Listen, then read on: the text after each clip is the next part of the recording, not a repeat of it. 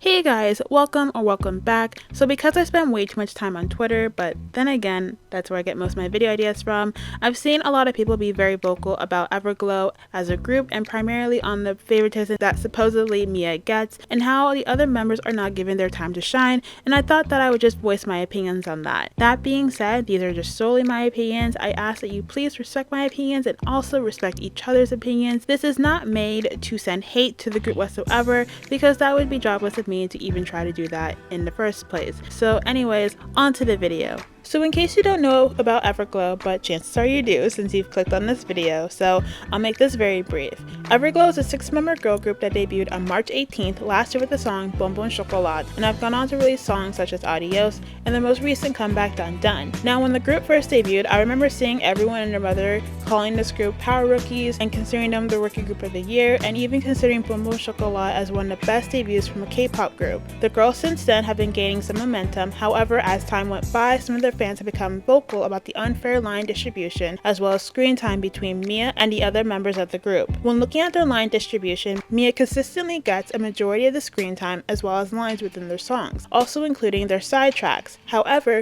there have been times where a member may have more lines than 𝕊𝕐𝕟, but for the most part, 𝕊𝕐𝕟 has the majority of the lines within their songs, with some members at times getting at most 5 seconds within their songs. This has become even more of a bigger topic with their latest comeback 𝙏𝙬𝙞𝙩𝙚, where a lot of fans have been upset and disappointed with the unbalanced line distribution. Now, I've been seeing the group since debut like a lot of other people have, so I already noticed how 𝕊𝕐𝕟 had a lot more lines than the other members, but I don't know why, but there was something about 𝙏𝙬𝙞𝙩𝙚 that just completely threw me off. I've seen some people say that it's unfair to have an unequal line distribution as well as unfair screen time. However, we have to remember that this isn't uncommon nor rare for a group to not have an equal line distribution, or to have a member or members be pushed more than others. I mean, we've had the likes of CL with 2NE1, Hyuna with 4 Minute, Mark, Taeyong with NCT 127, Jennie with Blackpink, which we will also reference later on, and the infamously one Chaeyeon with 𝕄𝙄, and the list can just go on and on from there. And a lot of these groups, there's always that one member who gets the least amount of lines and not as much screen time as the others. I remember when people were upset about Jin's lack of lines and some of BTS's past songs, and recently some orbits being upset with the lack of lines and screen time 𝐵𝑖 has received in the So What music video.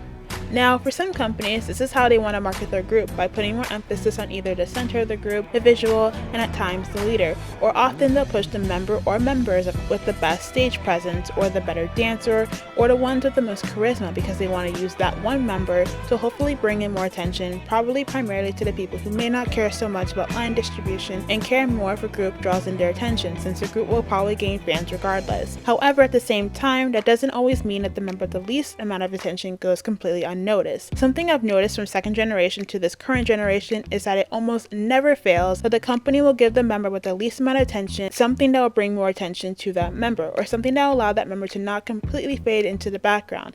The best example of this would honestly be 𝙠╗ with 2NE1. Even though 𝙠╗ wasn't the main focus of 2NE1, what made her stand out and not completely fade into the background were the iconic hairstyles that she was given. And even though she may not have had as many lines as, let's say, 𝕚𝕚𝕐𝕟 or CL, you still remembered her because of how her hair was styled, which that is what set her apart from the other members. In the case of 𝕚 and Everglow, 𝕚 has had hair colors that brought more attention to her, such as her pink hair and her now current orange hair, and some of her outfits have been more detailed or have been in a different style than the other girls that allowed her to stand out and not completely fade into the background.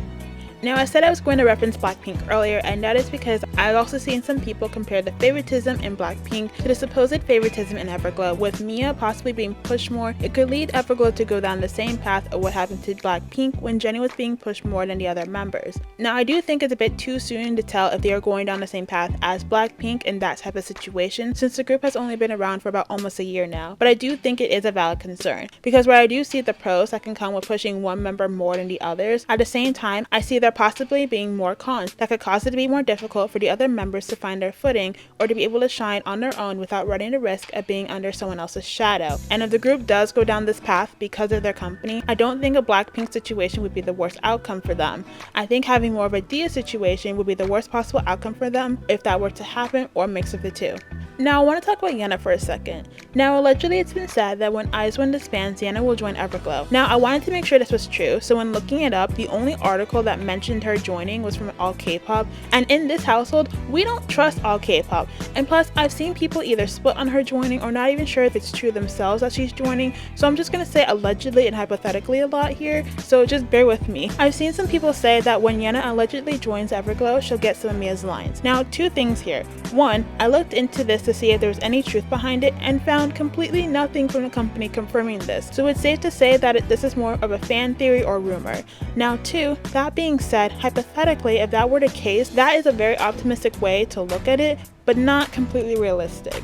Now, there are some companies that do try to give their groups a fair line distribution or have given them a pretty fair line distribution. However, there are groups whose company will have one member or members with more lines than others, and that could be for a few reasons, such as one, the member's voice in particular suits certain lines within the song more, or that there's a specific sound that they want to give off in their song. So that being said, if 𝕄𝕚 were to allegedly join Everglow, it is not completely clear that she would get some of Mia's lines, because the company can add the line distribution in any way they desire to. And who's to say that if 𝕄𝕚 did join, the company would just decide to leave Mia's lines as is and instead just give her some of Aisha's lines or 𝕄𝕢's lines. And if the company wanted to, they could have originally just given some of Mia's lines to the other members to make it more fair, and then if 𝕄𝕚 were to join, they could have just taken lines from each member and give them to 𝕄𝕚. So overall, to push the narrative or the idea that 𝕄𝕚 would right off the bat get some of Mia's lines if she were to join, as ideal as it would be, it just might not be the case, and without any clear confirmation or truth behind it, it could cause more issues or more misunderstandings down the line if that were not to happen.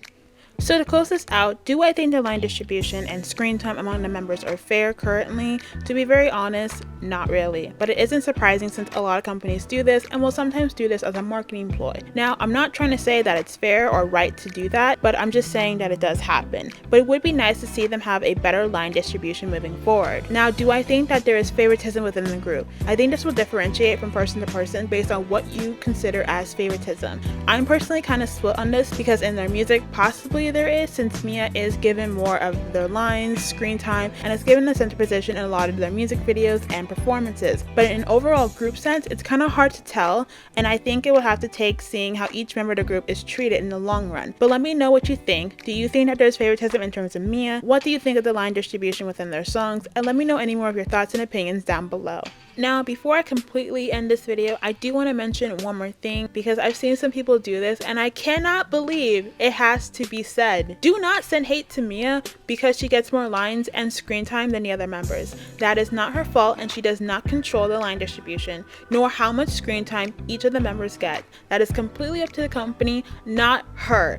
How does it make sense? Like, please tell me, how does it make sense to send hate to someone over something that they have no say nor any control over? And by sending hate to her, you're not helping the group out or any of the members in any shape or form. And in fact, you're making it more difficult for them. And I get it sucks to see a member be basically used as a backup dancer and have little to no lines, but by sending hate to one member, that does not help the rest. And if you do not like the line distribution, then send your concerns to the company, not send hate to her. Sending hate to 𝕄𝕚 over something, again, that she cannot control does not solve anything. Now, with that being said, thank you so much for watching and listening to me ramble for a bit. Again, let me know your thoughts and opinions down below. Like this video if you liked it. Watch my other videos. Subscribe for more. I will be coming back with a 𝕊𝕡𝕗 dream video because I've seen some people ask for one. It is coming. Please be patient. So yeah, thank you so much for watching, and I hope you come back for my next upload. Bye!